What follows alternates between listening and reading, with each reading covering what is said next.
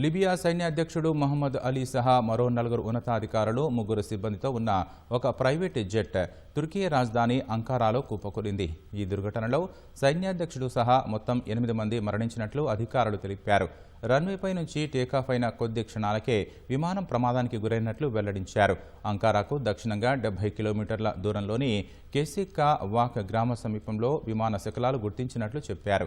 విమానంలో సాంకేతిక లోపం తలెత్తడం వల్లే ఈ ఘోర దుర్ఘటన జరిగిందని స్పష్టం చేశారు.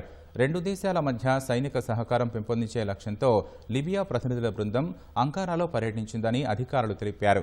లిబియా పదాతి దళాల అధిపతి general Al Fitouri, brigadier general Al Khatabi, chief of staff adviser Mohammed Al Asawi ఉన్నట్లు వెల్లడించారు. ఈ దుర్ఘటనపై స్పందించిన లిబియా ప్రధాని అబ్దుల్లా హమీద్ ప్రతినిధి బృందం స్వదేశానికి తిరిగి వస్తుండగా ఈ విషాదం జరిగిందని పేర్కొన్నారు. ఈ ప్రమాదం లిబియాకు తీరని లోటును మిగిల్చిందని ఫేస్బుక్ వేదికగా ఆవేదన వ్యక్తం చేశారు.